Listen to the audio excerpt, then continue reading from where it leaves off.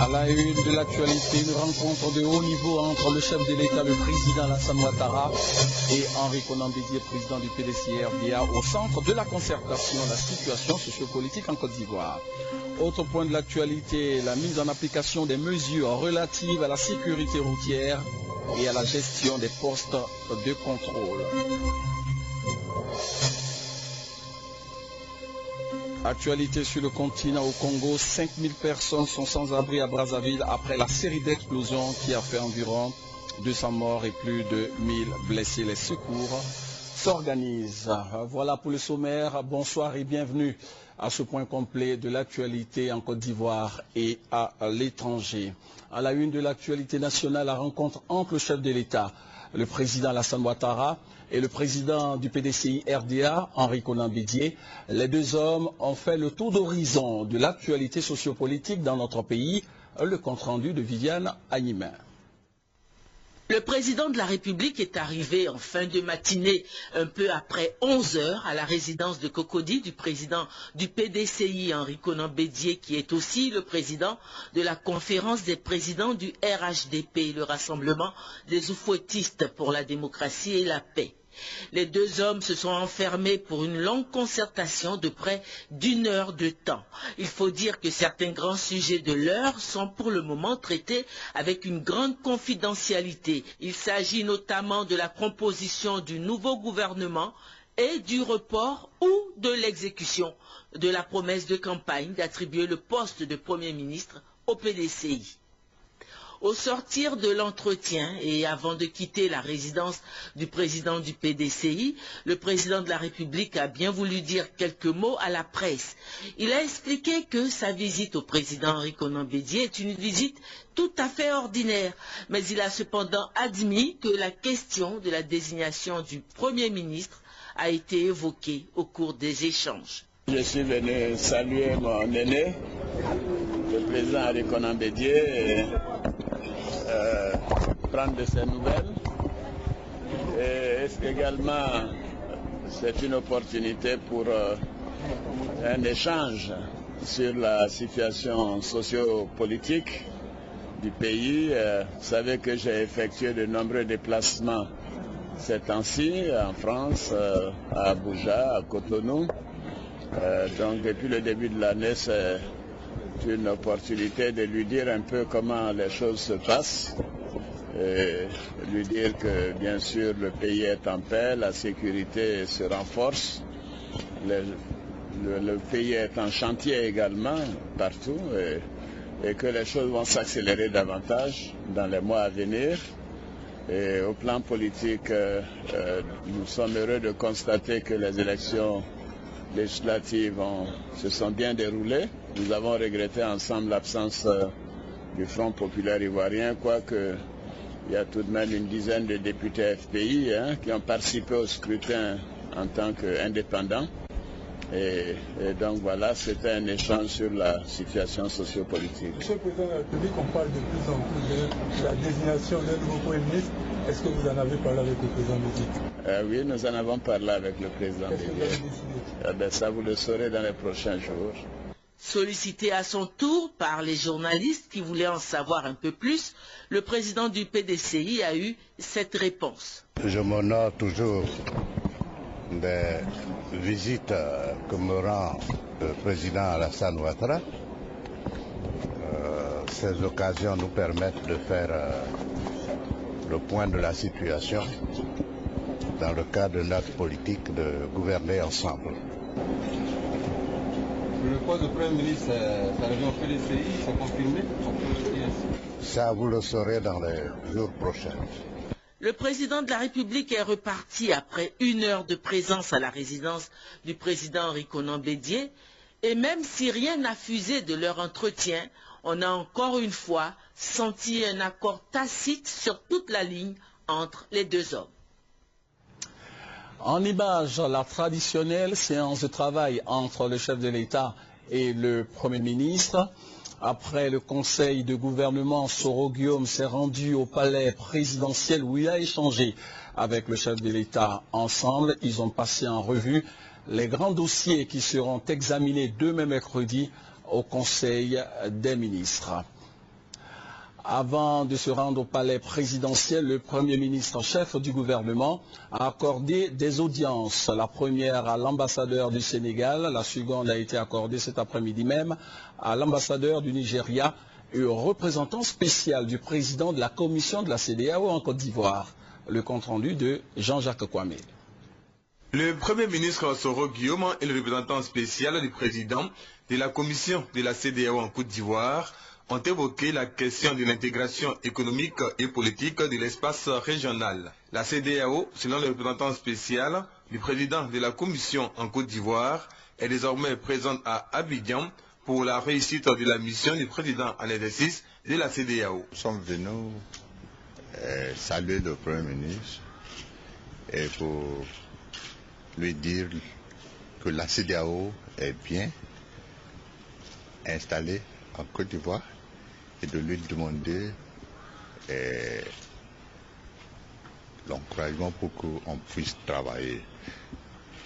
Surtout que le président Ouattara de la Côte d'Ivoire a été nommé le président en exercice de la CEDEAO. Voilà, il faut le soutien de tout le monde pour que le régime, le président Ouattara soit réussi. Et ce sera une réussite pour nous aussi. Auparavant, le Premier ministre Soro Kibafori Guillaume a accordé une audience qualifiée de visite de courtoisie à l'ambassadeur du Nigeria en Côte d'Ivoire, TSD Kaloga. Le diplomate nigérien présent en Côte d'Ivoire depuis juillet 2011 compte renforcer la coopération économique et commerciale entre les deux pays. Dans un entretien accordé hier aux journalistes de la presse nationale et internationale, le Premier ministre a abordé sans détour, on peut le dire, plusieurs questions d'actualité. Soro Guillaume a fait le bilan de sa primature. Il a également parlé de son avenir. Nous vous proposons un extrait de cette interview relatif au dialogue direct. Nous écoutons le Premier ministre. Moi, je suis partisan d'un vrai dialogue avec l'opposition et je militerai pour ça. J'ai déjà eu des entretiens avec le président de la République qui est soucieux d'avoir ce contact avec cette opposition. Mais malheureusement, elle ne m'a pas l'air aujourd'hui prête pour ce dialogue. Donc, il y a d'ailleurs et du reste une commission nationale dialogue, vérité et réconciliation qui existe. On a même créé une instance pour engager ce dialogue. Donc je pense que l'opposition a tellement de possibilités pour engager le dialogue. Et nous, nous sommes disponibles. Je vais vous dire, madame, on ne peut pas m'apprendre le dialogue. Moi-même, en tant que secrétaire général des Forces Nouvelles, j'ai fait le dialogue direct. Ce n'était pas à moi de faire des récriminations sur les conditions du dialogue. Vous savez, si je devais écouter mes partisans à l'époque, jamais je ne serais allé à la table de négociation. L'erreur qui est en train d'être commise, c'est de pratiquer la politique de la chaise vide. Ça ne mène à rien. Je pense que c'est important et je prie le FPI d'accepter le dialogue, quelles que soient les conditions. C'est en commençant ce dialogue qu'on peut progressivement, au fur et à mesure, engranger des résultats. Mais on ne peut pas dire, nous avons des préalables pour engager le dialogue. Vous croyez que si moi j'avais posé des préalables à l'ancien président Laurent Gbagbo en 2006 pour faire le dialogue direct, ce dialogue direct n'aurait jamais eu. Autre actualité, à partir de la fin de ce mois de mars, les différents ministères pourront communiquer à travers une émission qui a pour titre Synergie et gouvernance. Des précisions avec Lassine Fofana qui était ce matin à la présentation de cette nouvelle émission. Le magazine Synergie et Gouvernance est un bimensuel de 20 minutes qui sera enregistré par 10 radios mais diffusé sur 35 radios de proximité. Il sera articulé autour de deux rubriques. Brassage qui donne l'occasion à une personnalité d'expliquer en langage simple des actions de l'État pendant 15 minutes et Carrefour du citoyen qui traitera de l'éducation citoyenne en 5 minutes. Cette émission préenregistrée sera aussi diffusée sur le site internet du gouvernement www.gouv.ci. Ce sont Search for Common Ground et le Centre d'information et de communication gouvernementale, le CICG, qui associent leurs forces pour réaliser l'émission qui s'adresse à tous les publics sans exception. Les premières personnes à en être informées ont été les responsables de communication des différents ministères et des responsables de la société civile. Pour les coproducteurs de cette émission, il y avait un grand besoin. Le magazine se justifie.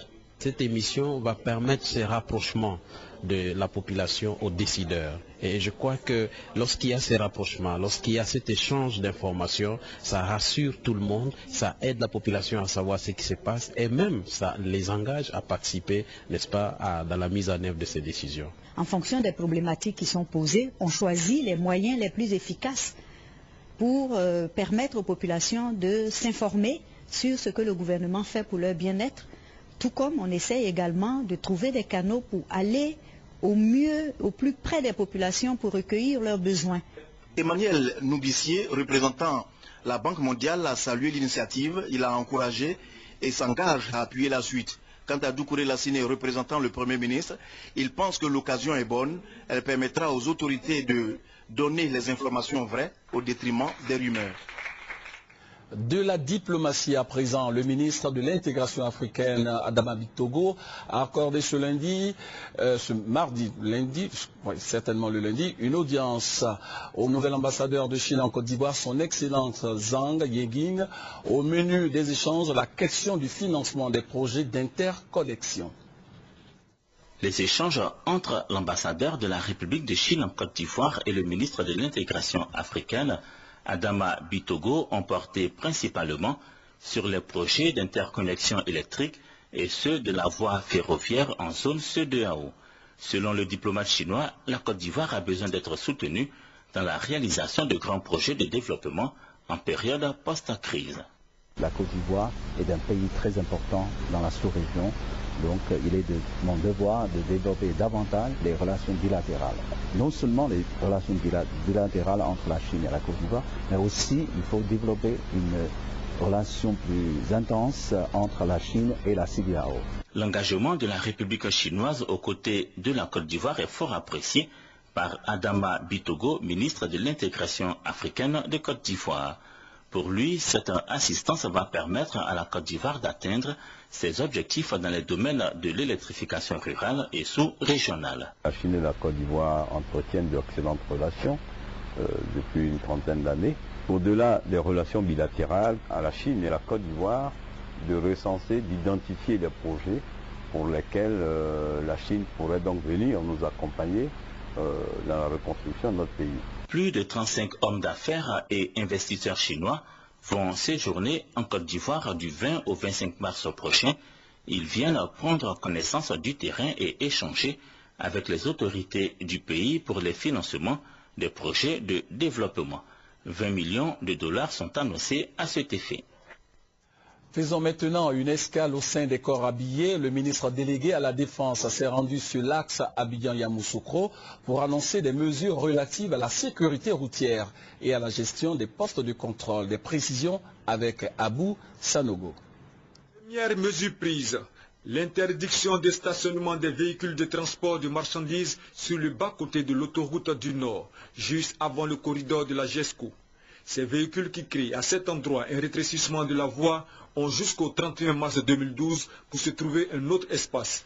De plus, il ne doit y avoir désormais dans les postes de contrôle et autres corridors que les personnels de sécurité. Nous avons fait une réunion avec les autres, on ne veut plus de convoi, pas de convoyage. Tout le monde se met à la chose. On ne veut plus voir les syndicats ici. Les syndicats, c'est à la gare routière. On ne veut plus voir des services qui ne sont pas des services de sécurité ici au corridor. D'Abidjan à Yamoussoukro, Paul Kofi a appelé ces hommes à la vigilance et les a félicités pour les efforts faits par rapport au phénomène du racket.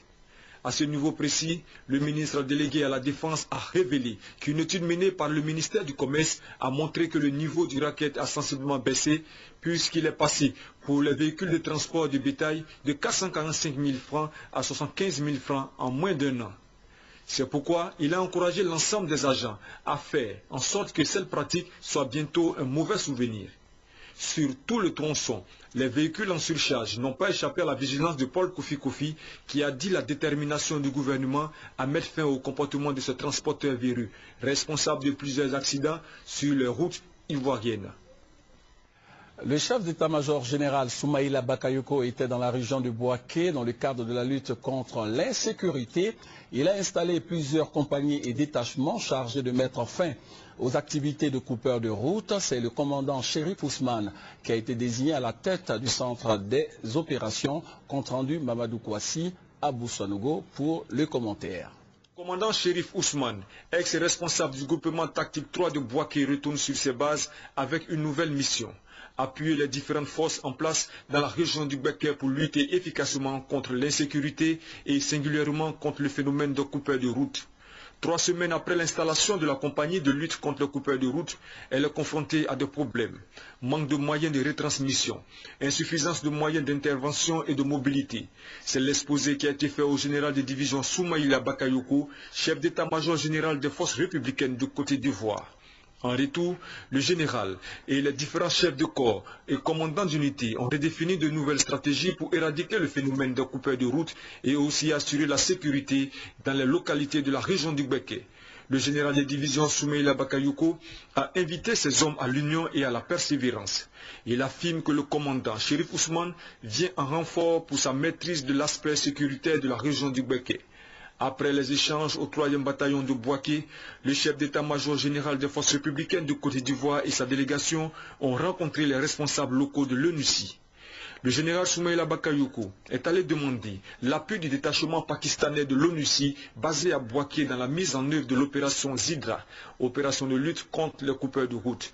Le sujet de la réinsertion des ex-combattants a également été abordé au cours de cette rencontre. Cette vaste opération de sécurisation des routes va s'étendre sur tout le territoire national.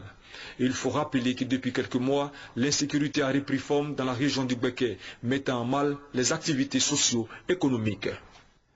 Les autorités ivoiriennes ont engagé la lutte contre les coupeurs de route. C'est dans ce cadre que le commandement supérieur de la gendarmerie a eu une séance de travail avec l'ensemble des officiers de la gendarmerie nationale, commandants d'unité sur l'étendue du territoire. Un seul objectif, mettre fin au phénomène des coupeurs de route.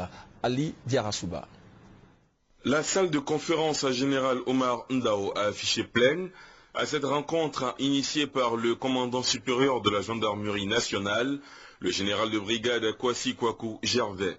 À l'ordre du jour, la lutte contre le phénomène des coupeurs de route. Après plusieurs échanges entre les commandants de compagnie, commandants d'escadron, commandants de légion et le commandement supérieur, une stratégie a été mise en place. Objectif, freiner l'action des hors-la-loi qui perturbent sur nos routes la quiétude des honnêtes citoyens et surtout des commerçants et agriculteurs du pays. Prévenir par la dissuasion, mais aussi réprimer quand cela s'avère nécessaire. Voici quelques consignes que le commandant supérieur de la gendarmerie ainsi que son adjoint, le colonel-major Vako Bamba, ont laissé comme instruction à leurs officiers. Les résultats ne se sont pas fait attendre. Une vaste opération de bouclage a été menée simultanément dans plusieurs localités, aussi bien à Abidjan qu'à l'intérieur du pays. À la suite de cette opération, 6 individus ont été interpellés pour nécessité d'enquête, un véhicule ayant servi aux braqueurs, 43 fusils de calibre 12 mm, 320 munitions de 12 mm, 2 complets treillis, plus de 1500 comprimés à base d'opium et 2 sacs de 50 kg de comprimés prohibés ont été saisis. Ce bilan n'est que provisoire pour une opération que la gendarmerie compte mener dans le temps. C'est pourquoi le commandant supérieur de la gendarmerie nationale, tout en remerciant les populations, leur demande une franche collaboration en apportant des renseignements aux gendarmes en vue de mieux accomplir leur mission. Ce communiqué, le commandement supérieur de la gendarmerie nationale informe les populations du début d'une opération de sécurisation sur l'ensemble du territoire national, axée principalement sur les coupeurs de route, phénomène récurrent ces derniers jours. Le commandement supérieur de la gendarmerie nationale invite les populations à adhérer pleinement à cette opération en fournissant tous les renseignements utiles en leur possession. À cet effet, les populations peuvent joindre la brigade de sécurité au numéro suivant. 145, c'est un numéro vert qui est gratuit, c'est le 145. Il y a également le 40, 87, 36, 77. Nous reprenons le 40, 87, 36, 77. Il y a également le 20, 31, 28, 80. Le 20, 31, 28, 80. Il y a également le 20, 31, 27, 00. 20, 31, 27, 00. Et enfin, le 20, 31, 28, 50. Le 20, 31, 28, 50. Le commandement supérieur de la gendarmerie nationale remercie les populations et compte sur leur esprit civique pour la réussite de cette opération. Célébration du mérite au sein de la police ivoirienne, vous allez les voir en images. Kayebi et Gori Raphaël, Olamedar et Les Bitra Olivier ont été félicités par la direction générale de la police nationale. Au cours d'une récente patrouille, ils ont mis la main sur des armes et des munitions. Et pour le travail accompli, ces policiers ont reçu les lettres de félicitations. Le directeur général de la police, Bridoumbia, a invité l'ensemble des policiers à suivre l'exemple de ces 3 agents félicités. Le ministère des Droits de l'Homme et des Libertés publiques a procédé il y a quelques jours à Korogo au lancement de la caravane des droits de l'homme. Au programme des activités qui ont été marquées par le lancement officiel de cette caravane d'information et de sensibilisation figurent diverses activités culturelles et des manifestations populaires. Hugues Hervé Blé. Lancée officiellement à Korogo en fin de semaine dernière, la caravane des droits de l'homme va parcourir différentes régions du pays, viser celles qui ont le plus été affectées par la crise en termes de violation des droits de l'homme et des libertés publiques, pour informer et sensibiliser les populations, surtout les couches vulnérables, sur les instruments et les mécanismes de protection des droits de l'homme.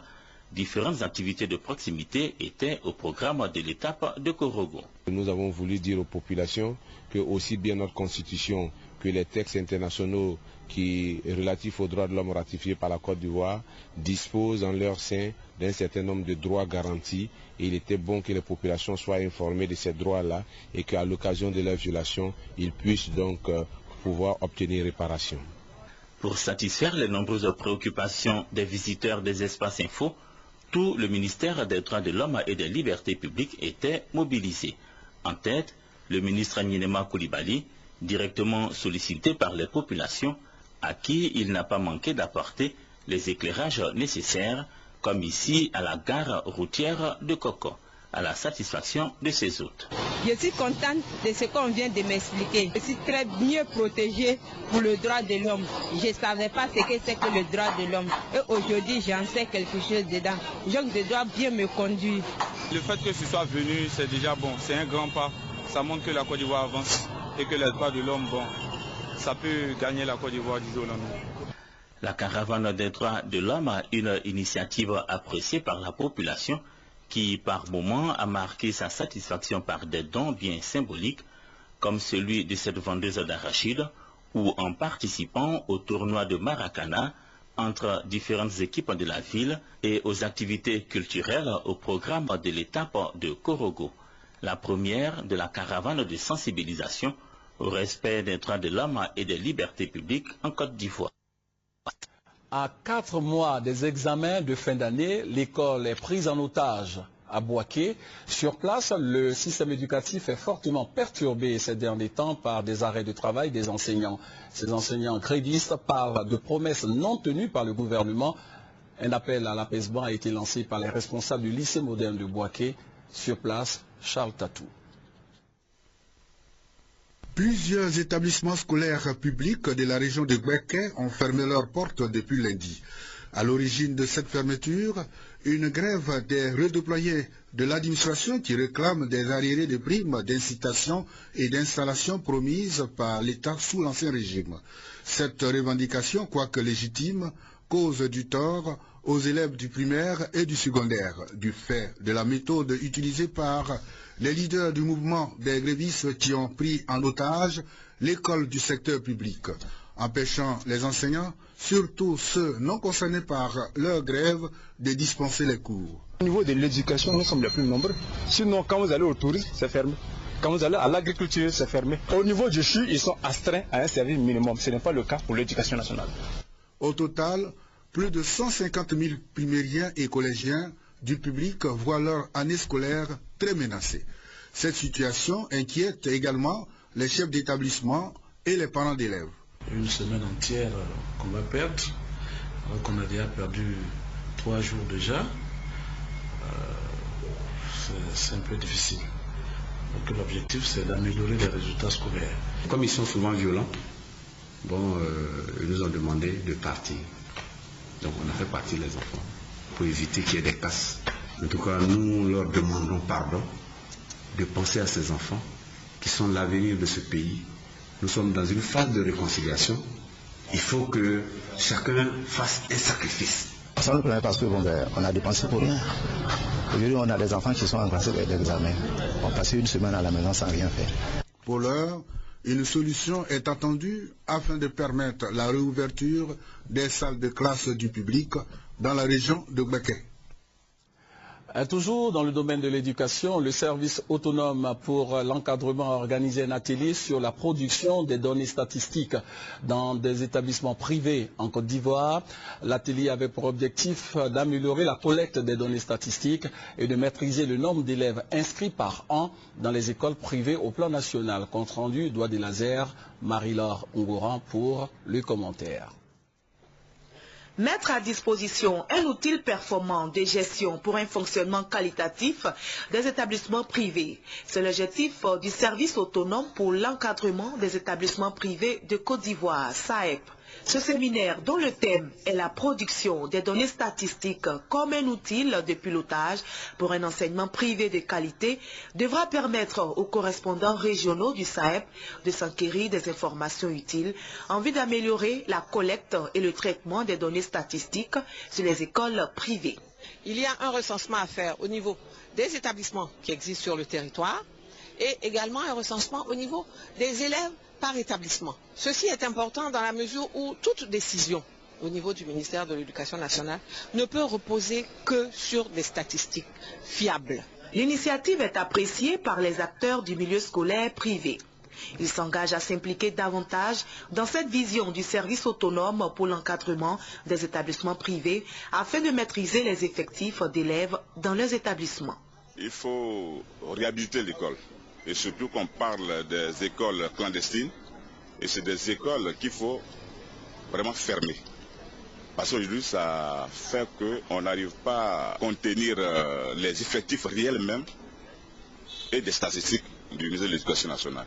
Au terme du séminaire, un document final sera adopté et servira de base pour les actions à entreprendre sur le terrain. Depuis plusieurs semaines, les populations ivoiriennes se plaignent de la hausse des prix des denrées de première nécessité sur le marché. Le ministre du Commerce a tenu à donner des précisions et indiquer des mesures à prendre dans les prochains jours dans le cadre de la lutte contre la vie chère en Côte d'Ivoire. Le reportage de Lassina Ouattara rendu par Abou Sadogo.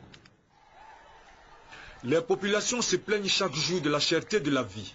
Sur les marchés, les denrées de première nécessité ont connu une hausse. Face à ce constat, le ministre du Commerce, Dagobert Banzou, a tenu à expliquer les mécanismes mis en place depuis la fin de la crise pour juguler l'inflation. Nous sommes en train de travailler en passant en revue les produits de grande consommation, que donc le riz, l'huile, le gaz, le sucre, la viande. Et le président nous a instruit pour que nous nous asseyions avec les importateurs pour limiter le prix du riz semi-luxe et de luxe, de sorte à ce que les Ivoiriens qui maintenant se sont habitués à consommer le riz de grande consommation le payent à un prix raisonnable. Le ministre du Commerce Dagobert Banzou a révélé les actions des autorités dans les prochains jours pour soulager les populations et les consommateurs. Certains porte-paroles sont revenus sur la cherté de la vie et le président a instruit le gouvernement pour qu'une batterie de mesures soit prise pour pouvoir donc lutter contre ce qu'on n'a pas pu traiter encore. Un comité présidentiel de lutte contre la vie chère sera donc mis sur pied. Il aura pour tâche de réfléchir et discuter avec les opérateurs économiques pour une meilleure gestion des prix sur les marchés. L'opération des Nations Unies en Côte d'Ivoire veut s'impliquer dans la relance des activités économiques et pour rejoindre l'acte à la parole, l'ONUCI a organisé un forum autour du thème « La contribution du secteur privé dans la consolidation de la paix et dans la relance économique en Côte d'Ivoire », compte rendu Jean-Jacques Kwame.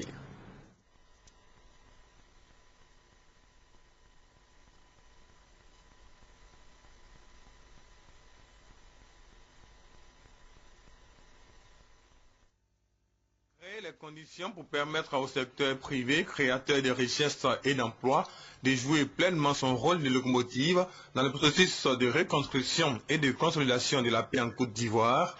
Tel est l'enjeu du Forum des opérateurs économiques que l'opération des Nations Unies en Côte d'Ivoire, ONUCI, a organisé. Ce forum a élaboré un ensemble de propositions pour une implication optimale du secteur privé dans le processus de reconstruction et de consolidation de la paix. Il s'agit entre autres d'un environnement économique peu favorable aux affaires, de la sécurité des personnes et des biens et de la lutte contre les rackets, des difficultés qui freinent le développement du secteur privé, un secteur privé selon Patrick Billiet, vice-président de la Confédération générale des entreprises de Côte d'Ivoire, qui a toujours joué son rôle de soutien en supportant la fiscalité malgré la crise. Le ministre de l'Artisanat et de la Promotion des PME s'est réjoui de cette rencontre organisée par l'ONUCI. Il a rappelé les dispositions prises par l'État de Côte d'Ivoire dans le plan national de développement 2012-2015 qui accorde au secteur privé la place de moteur de la croissance. Pour l'opération des Nations Unies en Côte d'Ivoire, ces recommandations ne seront pas rangées dans les tiroirs. Le président du Conseil économique et social et le ministre d'État, ministre du Plan et du Développement, ont apporté leur soutien à ce forum des opérateurs économiques à la cérémonie d'ouverture. C'était le compte-rendu de notre reporter Jean-Jacques Kwame. Toujours dans l'économie, cette fois avec Ali Diarasouba, suivant les temps forts de la cérémonie de lancement de la campagne de sensibilisation sur le mécanisme de bail. Les détails avec notre reporter. Le rôle des petites et moyennes entreprises dans la création de richesses et d'emplois n'est plus à démontrer. Mais la difficulté pour ces entreprises, c'est l'accès au financement. Conscient de la situation, le ministère de l'Artisanat et de la Promotion des petites et moyennes entreprises, ayant inscrit cette problématique au cœur de ses priorités, a procédé à ce lancement de campagnes de sensibilisation et de formation au mécanisme de crédit bail, en collaboration avec la Société financière internationale SFI et la Fédération ivoirienne des petites et moyennes entreprises FIPME. Cette campagne, menée par le programme Africa Leasing Facility de la SFI, veut offrir une opportunité aux PME pour comprendre ce mécanisme qui consiste en un financement des équipements productifs. En ouvrant la cérémonie, le directeur de cabinet du ministère de l'Artisanat et de la Promotion des PME, Touré Ali, représentant le ministre Sidiki Konaté, a insisté sur le processus de réforme réglementaire et institutionnelle engagé par le ministère pour une plus grande performance des PME, avec notamment le décret portant définition de la notion de PME adopté le 11 janvier 2012 et le projet de loi de financement pour les PME en cours d'adoption. Les échanges qui ont suivi ont également mis en exergue que l'environnement fiscal et l'environnement juridique sont les deux éléments indispensables pour permettre au leasing de s'adapter au mieux aux PME et de faire prospérer le mécanisme. Un accord de partenariat a été signé entre la BNI Finance et l'AGEP, l'Agence d'études et de promotion de l'emploi. Ce partenariat porte sur la mobilisation de ressources nécessaires au financement de la politique de l'emploi en Côte d'Ivoire. Les détails avec Honorine Agnigori.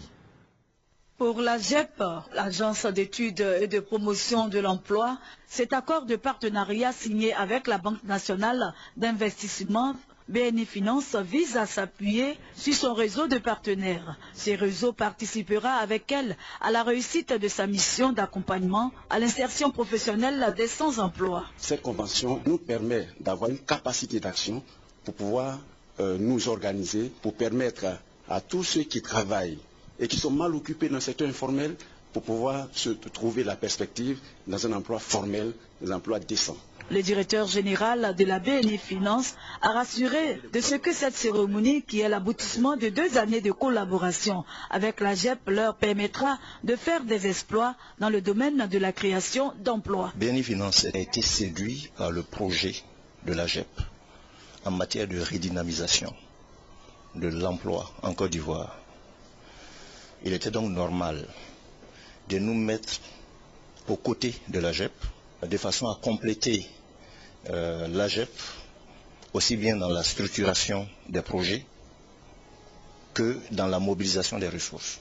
Le directeur de cabinet du ministre de l'Emploi, des Affaires sociales et de la Solidarité apprécie cet accord de partenariat qui vient booster l'offre de l'emploi en Côte d'Ivoire.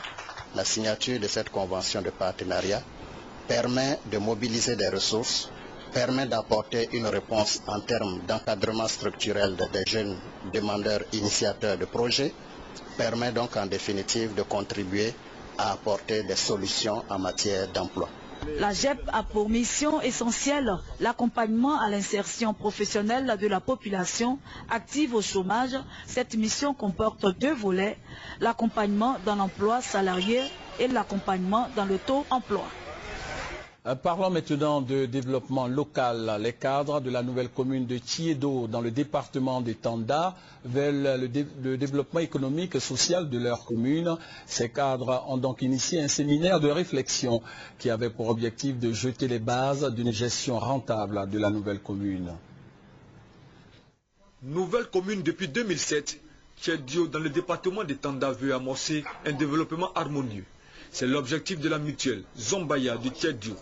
Dans cette optique, un séminaire sur le thème « Rôle de la commune dans le processus de développement » a été organisé à l'hôtel du district d'Abidjan. La commune de Tiedo a beaucoup d'atouts. D'abord au plan humain et au plan physique. C'est une commune qui regorge d'énormes potentialités économiques, sociales, culturelles et tout. Et nous pensons que déjà avec l'union des cadres et des populations, nous pouvons valoriser toutes ces potentialités-là. Oncrotien Cardiola, deuxième adjoint au maire de Boniéré-Dougou, a exposé sur le thème. Il s'est appuyé sur son expérience de conseiller municipal pour expliquer la gestion communale. Quand on est médecin à Tiedo et qu'on doit parler du centre de santé de Tiedo, vous ne devez pas être absent. Quand on est instituteur et qu'on doit parler de la carte scolaire de la commune de Tiedo, parce que tel village n'a pas encore d'école, mais vous, instituteur, vous ne devez pas être absent. Personne de ressources se réunit d'abord, et puis de deux, élaborer un document de stratégie. Après les échanges, les ressortissants de la commune de Tiedo ont promis se retrouver et faire des propositions pour une gestion participative. Rendons-nous à Gabiadji, sous-préfecture. C'est dans le département de San Pedro pour suivre une cérémonie de pose de la première pierre d'une opération immobilière en faveur des membres d'une coopérative de producteurs d'EVA. Les temps forts avec Justine Sey-Diké. Bientôt, la construction d'une cité de 33 logements sur 16 500 mètres carrés à Gabiadji, dans la région de San Pedro. C'est le fruit du partenariat entre la coopérative des producteurs d'EVA de San Pedro COFES et une agence immobilière. À la cérémonie marquant le démarrage des travaux, le président du conseil d'administration de la COFES a indiqué que la construction de ces logements est un volet de la politique sociale initiée par sa structure au bénéfice de ses membres. Kwadio Kwaku appelle les planteurs d'EVA de la sous-préfecture de Gabiadji, encore hésitants à adhérer à la COFES pour bénéficier des avantages liés à ces activités. Nous venons de commencer, ça fait 4 ans que nous existons. C'est vrai, tout début est difficile. Au début, il n'y avait pas la confiance. Mais à travers ce projet, je pense que ceux qui hésitent, qui pensent, qui réfléchissent pour dire que on a retardé, mais il n'est jamais trop tard pour mieux faire. Qu'ils viennent pour qu'ensemble, nous formons un bloc et que demain, nous réalisons des choses plus grandioses que celles que nous venons de réaliser. Les autorités administratives ont invité les responsables de la coopérative des producteurs d'EVA de San Pedro et ceux de l'agence immobilière à tenir leur engagement pour le bien-être social des membres de la COFES et leurs familles. Cet après-midi, au ministère de l'Environnement, il y a eu présentation et remise de supports de sensibilisation sur la protection de la faune. en particulier des chimpanzés. La cérémonie s'est déroulée au centre de conférence du ministère d'État, ministère des Affaires étrangères, en présence des spécialistes dans la gestion des parcs et réserves en Côte d'Ivoire. Juliette Ouya.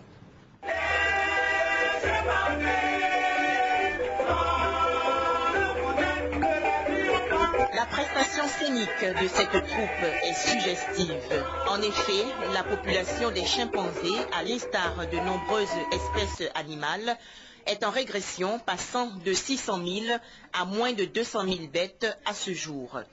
En Côte d'Ivoire, des études récentes dénoncent une baisse inquiétante du nombre de chimpanzés, favorisant ainsi la dégradation de notre environnement. C'est donc pour remédier à ce problème que la Fondation des chimpanzés sauvages, la WCF, en collaboration avec l'Office ivoirien des parcs et réserves, l'OIPR, a remis ce mardi au ministre de l'Environnement et du Développement durable des supports de sensibilisation sur la protection de la faune, en particulier des chimpanzés de nos parcs nationaux et réserves.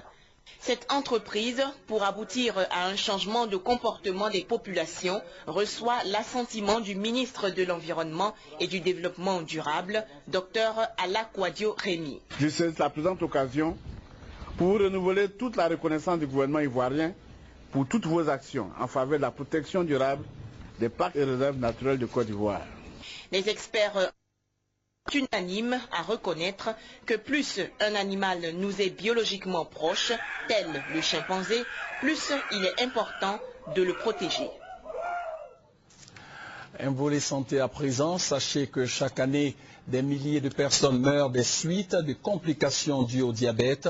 Face à ce constat, des centres spécialisés dans le traitement de la maladie verront le jour dans plusieurs régions. Pour l'instant, l'heure est à la formation des professionnels de la santé qui vont exercer dans ces centres. Le point avec Thérèse Tapé-Yoboué. Le diabète est une maladie redoutable. En 2010, environ 300 millions de personnes étaient affectées par cette maladie à travers le monde. Reconnu comme une épidémie mondiale, le diabète a des conséquences humaines, sociales et économiques. En 2030, selon l'Organisation mondiale de la santé, ce sont 500 millions de personnes qui seront affectées par cette maladie, qui touche généralement les pays en développement, tels que la Côte d'Ivoire, où le taux de prévalence varie entre 4 et 10%. Maladie sournoise due au taux élevé de sucre dans le sang, elle affecte petits et grands. Face au nombre impressionnant de personnes affectées par le diabète, l'association Obésité et Diabète de Côte d'Ivoire a décidé de freiner l'évolution de la maladie par la création de 10 centres spécialisés dans la prévention et la prise en charge du diabète dans les 10 régions de la Côte d'Ivoire. Ces structures spécialisées seront animées par des professionnels de la santé formés à cet effet à Bouaké et à Daloa. Pour le président de l'association Obésité et Diabète, Dr Abodo Jaco, il faut agir en amont en mettant l'accent sur la prévalence. L'association Obésité et Diabète de Côte d'Ivoire est créée depuis 2009. Elle est soutenue par le ministère de la Santé et de la lutte contre le sida et le Fonds mondial du diabète. Actualité sur le continent africain. Au Sénégal, le Conseil constitutionnel a donné ce mardi les résultats définitifs du premier tour de l'élection présidentielle du 26 février dernier. Abdoulaye Wade en tête avec 34,81% des voix, suivi de Macky Sall avec 26,58%. Il faut noter que le Conseil constitutionnel a rejeté les recours déposés par Abdoulaye Wade concernant le vote des Sénégalais de l'étranger. Le second tour est prévu pour le dimanche 25 mars prochain. Au moins 5000 personnes se trouvent sans abri à Brazzaville après la destruction dimanche dernier de leur habitation à la suite d'explosions dans un dépôt de munitions. Un champ de ruines, comme après une bataille militaire. Dans les rues voisines de la caserne de Mpila, les habitants tentent de sauver le peu de biens qu'il leur reste. Ici, tous sont traumatisés par l'explosion de dimanche. Le quartier de Mpila vraiment a vécu vraiment énormément, vraiment catastrophique. Donc même ici, même à l'intérieur, comme vous voyez là. Donc là, si on fouille bien, il y a parfois des corps là-dedans. Les rescapés de la catastrophe exhibent les obus retrouvés sur place. Des armes de gros calibre stockées à 2 pas de chez eux. Nous avons peur aujourd'hui, nous avons peur même. Nous avons perdu les mamans, des grands-mères, nos enfants. C'est pas bon, ça nous fait très mal. Même si les derniers foyers d'incendie ont été maîtrisés, le risque d'une nouvelle explosion à Brazzaville n'est pas totalement écarté. En attendant l'opération de déminage, les secours se poursuivent péniblement. Des dizaines de personnes attendent encore d'être prises en charge. Les hôpitaux sont sous-équipés. Vraiment, nous avons besoin d'aide. Qu'elles viennent des États-Unis, qu'elles viennent d'Europe, qu'elles viennent d'Afrique, ou même des hommes d'affaires de notre pays, nous avons besoin d'aide, nous avons besoin de médicaments pour sauver ces malades. Des équipes médicales venues de Kinshasa, Paris ou Rabat sont arrivées sur place. Un soulagement relatif pour les victimes de ce drame qui a fait au moins 180 morts et plus de 1300 blessés. Voilà, ces explosions auront fait exactement environ 200 morts et plus de 1300 blessés selon le gouvernement congolais. Quelques informations brèves hors du continent africain. Commençons par l'actualité en Irak. Nouvel attentat contre les forces de l'ordre en Irak. Lundi, 27 policiers sont morts dans une opération commando à Haditha, dans l'ouest du pays. Mardi, 4 personnes ont été arrêtées. L'opération attribuée à Al-Qaïda n'a pas encore été revendiquée. En revanche, mardi, le réseau islamiste a revendiqué des dizaines d'attentats perpétrés à Bagdad entre mi-janvier et mi-février. Le Premier ministre Benjamin Netanyahou achève ce mardi sa visite officielle aux États-Unis. Lundi, le président américain a appelé son allié israélien à privilégier la diplomatie dans ses relations avec Téhéran. Barack Obama a réaffirmé sa détermination à empêcher l'Iran de se doter de l'arme nucléaire. En réponse, Benjamin Netanyahou prévient que son pays ne peut pas vivre en permanence sous la menace iranienne. Des déclarations qui interviennent alors que l'État hébreu envisage sérieusement d'attaquer les sites nucléaires iraniens. Aux États-Unis, les candidats aux primaires républicaines sont plus que jamais en campagne. Ce mardi, c'est le Super Tuesday. 10 des 50 États votent pour désigner l'adversaire de Barack Obama à la présidentielle de novembre. 4 candidats sont encore en lice. Le modéré Mitt Romney fait la course en tête au plan national. Il est au coude à coude avec Rick Santorum, le défenseur des valeurs chrétiennes. Ce Super Tuesday pourrait permettre de les départager plus clairement. Et au moment où les républicains choisissent leur candidat qui l'affrontera en novembre prochain, eh bien, le chef de l'exécutif américain Barack Obama a quant à lui animé une conférence de presse à la Maison-Blanche. Il a abordé plusieurs questions internationales, donc les dossiers iraniens et syriens. C'est la fin de cette édition. Merci de nous avoir suivis. Avec beaucoup de plaisir, on se retrouve demain aux environs de 22 h.